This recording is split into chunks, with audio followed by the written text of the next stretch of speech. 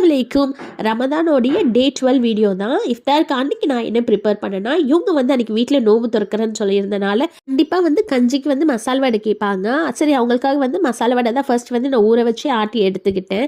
அதுக்கப்புறம் இளநீ வாங்கிட்டு வந்திருந்தாங்க. இளநீ வச்சு கடல் பாசி மாதிரி செய்யலாம்னு சொல்லிட்டு கொஞ்சம் கடல் பாசி செஞ்சுட்டு அப்படியே அந்த இளநீல வந்து கொஞ்சம் இளநீர் சர்பத்தும் வந்து கொஞ்சம் போட்டு வச்சுட்டேன். அதுக்கப்புறம் அன்றைக்கி வந்து எங்கள் ஊர்லேருந்து வெள்ளரிக்காய் வாங்கிட்டு வந்தாங்க.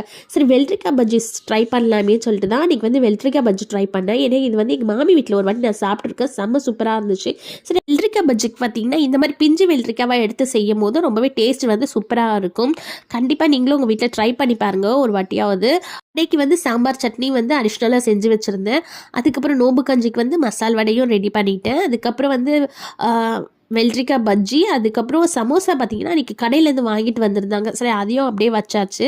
கொஞ்சம் வந்து சாலட் வந்து செஞ்சு வச்சுருந்தேன். சுண்டல் போட்டு சாலடு, அதுக்கப்புறம் சர்பத்து இப்படி